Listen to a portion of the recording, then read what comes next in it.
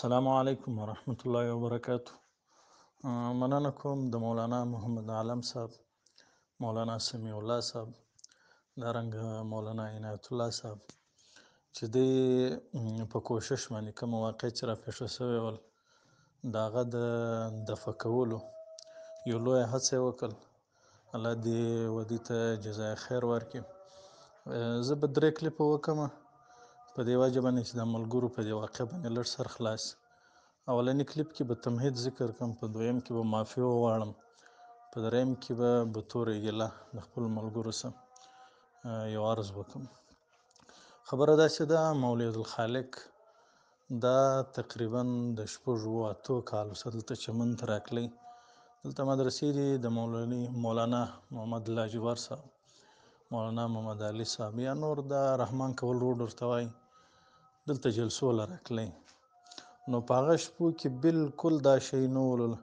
چې یا سیفیان دي یا دی د سیفیانو تایید کې، نه زموږ علماو دا شی پر ده باندې راپورته کړی ول. زما او د ده به کله کله ټلیفوني رابطه وسولله، بس هغه هم ډېر ناوخته 8 میاشتې 9 میاشتې، بلکې داسې به ورته ویم چې په کال کې. خو البته دغه رابطې هغه وخت تیزه سولې کوم وخت چې د مولانا مفتي محمد ندیم صاحب دامت برکاتهم العالیه سره د ده نزاع راغله. نو په دې وخت کې څه ملګري علما کرام هغه ماته ویل چې د یو سره ستا تعلق دی، شناخت دی، بل دی استاد دی، دې ترمنځ داسې لږ د سولې کوشش وکړه. نو یقین وکړه زه د دواړو په مابینځ کې داسې د ثالث کردار مې و، کله به مې مفتي صاحب ته حال ورکړي، کله به مې ده ته حال ورکړي. نو په دې مابینځ کې د ټلیفونان سره شروع نو هیڅ شک په دې کې نشته، زه انسان یم، بشر یم. هغه انسان چې د ثالث کردار ادا کوي نو کله کله یو طرف ته میلان او جوکاو زیات دی، داسې خبرې مقدمات دغه صادره شي چې هغه خلاف حقیقت دي. نو زما څه دی واقعات مثلا د مقدمات یا خبرې یقینا صادره سوللې چې هغه نامناسب وي، نازیبا وللې، ډېرې بدې ښکاره کېدلې، چې مثلا هغه کې مفتي سهیل خان شراني صاحب متعلق ده پرون چې کومه واقع وه، یا دا رقم د مفتي صاحب متعلق به هم صادره شوي، لکه څنګه چې عبدالخالق ویلي دي چې دا کلیپان به زه نشروم. یقین وکړه چې دا کلیپ وکړي، ما په هغه ورځ د مفتي صاحب څخه معافي وغوښتل. ولې زما فکر دا و چې د مفتي صاحب متعلق تا د الفاظ استعمال کړي دي،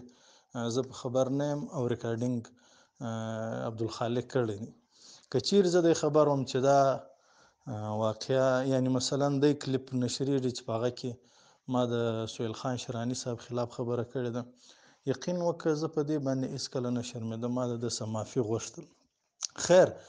نو هغه د دې دوه نزاع چې شروع دا د هغه وخت کلیپونه دي، یا ده ما ته ټلیفون کړی یا ما د ثالث په حیثیت باندې ټلیفون ورکړی، بحث مباحثه د کېږي، بیا د ډېر وخت څخه د ده زما سره رابطه ولله. نو بلا ججکه څه خبرې دی سوي دي چې هغه نامناسبه وللې. بعض ملګرو کېدی چې دا سوچي چې دا نوی کلیپ دی، نوی کلیپ خو نه دی، زوړ دی، یعنې د دې هغه دی تقریبا کال قدر وخت کېږي. او د دې د نشرولو فیصله څنګه وسول، ما د عبدالخالق خلاف اوله تحریر ولیکئ چې دی وایي زه سیفي نه یم، خو البته د سیفیانو سره عقیدوي تضاد نه لرم. ما پر ده باندې رد وکړ، ما دا خبره دی ده لکه څوک چې وایي زه قادیاني نه یم خو د قادیانیانو سره عقیدوي تضاد نه لرم، نو یا زه یهودي نه یم خو د یهودیانو سره عقیدوي او فکري تضاد نه لرم. عبدالخالق زما سره رابطه وسول، دمکۍ وغورځول سولې، دول زه به ستا ټلیفونان نشر کړم، کوم چې امانت ټلیفونان ما ته کړي دي. نو ټلیفونان خو زما د مخکې هم سوي ول، د نزاع څخه چې ګسه دا جګړه بنیاد یې نه وشتول سوی، یعنې بالکل دی خلکو کلک دیوبندي بللی ول او د نزاع په شپو کې بیا ډېر سوي دي. زما خپله کوشش دا و پر دوی مې په دې وجه داسې تیز نه راکړم، دا ټاپه مې نه پر لګوله، د ده متعلق یقین وکړه، یعنې زه خپل زما صلاحیت دونه و، زه پر سلفیت باندې لګیا وم، پر غیر مقلدیت پنجپیریت باندې لګیا ولم. د ده متعلق ما دی خپله مې دی تحقیق نه و کړی چې د ده دغه نظریات دا نظریات کفریه دي یا شرکیه دي یا مثلا چې هر څه دي، خو بهرحال د نور پر هغې مې اعتماد ول، اعتماد مې خپله مې د ده خلاف هېڅ غبرګون نه کوئ، نه مې نور اپاروله، نه مې خپله دی حرکت کوئ. مال ولې که چیرې ته اوس د ده خلاف وایې چې دا عقیده مثلا ناسمه ده یا د شریعت سره په ټکر کې ده، د علماء دیوبند سره په ټکر کې ده، دا عقیده شرکي ده، دا بدعي ده، نو ستاسو ملګري سوالات کوي تاله ولې دی زموږ کلیپونه درې حده پورې روان دي پوښتنه درڅخه کوي چې په کوم دلیل باندې ما خپله تیاري نه پر درلوده البته د ملګرو پر هغې مې یقینا اعتماد نو دا کلیپ ډېر زوړ دی یوه خبره خو دا شول دویم کلیپ کې به نور خبره ذکر کړم او بل دویم کلیپ کې دا خبره زه په ډاګه باندې کوم علل اعلان کوم دا کلیپ ما مفتي سهیل خان شیراني صاحب ته په شخصي کې مو راستولی شولو خو په دې وجه کوم دغه غلطي داسې علل اعلان شوې ده د ټلیفون علل اعلان نشر شوی دی زه بالکل یعنی په دې کې هیڅ دو نمبري او هیڅ منافقت نشته زه د ده څخه معافي غواړم د ده دل ازاري شوې ده زړه یې په دې باندې زیر شوی دی یقینا دا حرکت که څوک زما خلاف وکړي نو هم زما به د هغه احساسات دي په دې باندې یعنی که چیرې زما عزت کمیږي زما عزت دې په کم شي که په دې باندې چا رتبه کمیږي هغه دې په کم شي غلطي چې چا وکړي باید بلا ججکه بغیر لیت العاله پر هغه باندې معافي غواړي زه د ده څخه معافي غواړم هیله کوم چې دی به هم په دې کې د پراخ نیتۍ څخه کار اخلي لکه څنګه چې مې ویلي ما په دریم کلیپ کې یوه ګیله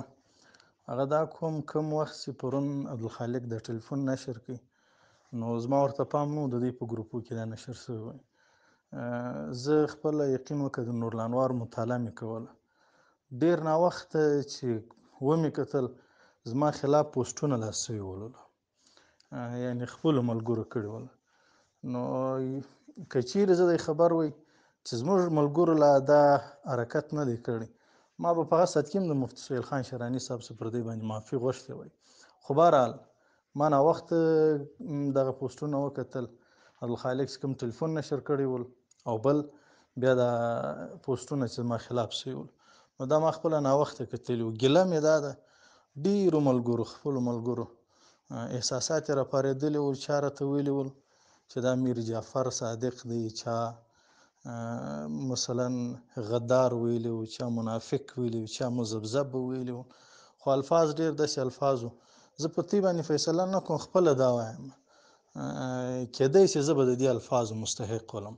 دا زما غلطي به دومره درنی چې زه به د دې الفاظو مستحق یم کېدی چې الله دوی ته پر دې باندې اجر هم ورکړي ځکه د دوی د احساسات چې راپرېدلي دي یا دومره غوسه ورغلې ده دا هم د یو دین په خاطر دوی ته دا ورغلې ده خیر خو البته کم از کم چې دا کار شوی وی چې ملګرو زما سره په هغه ساعت کې رابطه کړې وی چې مولوي صاحب ډېر غلط کار دی کړی دی دا دې څنګه حرکت کړی زه مخکې هم پر خجل ولرم نور به پر خجل شوی شرمنده شوی وی په هغه ساعت کې به مې ویلي چې وروره زه معافي غواړم البته دا و چې د فضا دونه سره ګنده شولل عوامو ته دا خبره سره ولاړه څوک څه وایي څوک څه وایي زما خپله دا شی د مزاج ډېر خلاف دی خو البته علما باید چې د ملګرو لږ رابطه کړې وای خیر چې وسو هغه وسو بیا وایم پر دې باندې زه په صدقې دل سره معافي غواړم الله دې د علماو ته جزای خیر ورکړي خو البته د یوه یادونه کوم دغه ټلیفون یو آغاز و د دې کس د په دې وجه باندې نشر کړي چې زما خلاف دی نور کار ونه کړي چې زما اراده سمال زه به د خلاف کوم بد قسمتي خپل ویل زموږ دپاره داسې لوی غضب شو چې ملګري هم راته ودرېدل یعنې یو ځای مې هلته مقابله شروع شو بل ځای دلته شروع شول خیر دا خو مقابله نه ده د ملګرو نوک جونک دی دا راځي خیر مشکل نشته دا آخري خبره لا کوم عبدالخالق چې زما خلاف د کلیپو د نشرولو فیصله وکړه دا صرف په دې خاطر کړې ول چې هغه موږ د خپلې مقابلې سره راوګرځي د خلاف موږ څه ونه وایي نو اول د ما ټول ستا کلیپونه د مفتي نجیم صاحب خلاف دي چې تا د هغوی خلاف خبرې کړي دي مفتي نجیم صاحب څخه ما پر دې باندې معافي غوښتې ده هغه کلیپان به مې انشاءالله تر ملګرو پورې رسېدلي که د چا سره نه ما ته غږ کولی شي په شخصي کې زه ورسوم خو دا کس کېدی چې دی نور شیان نشر کړي یو داسې بله خبره نشر کړي چې هغه نامناسب وي زما څه شوي پر هغه ما معافي هم د ملګرو څخه غوښتې ده خو چې ملګري خپل احساسات نه راوپاري غلطي د انسان دی کېږي پر دې باندې یقینا موږ پښیمانه یو الله دې ته جزای خیر درکړي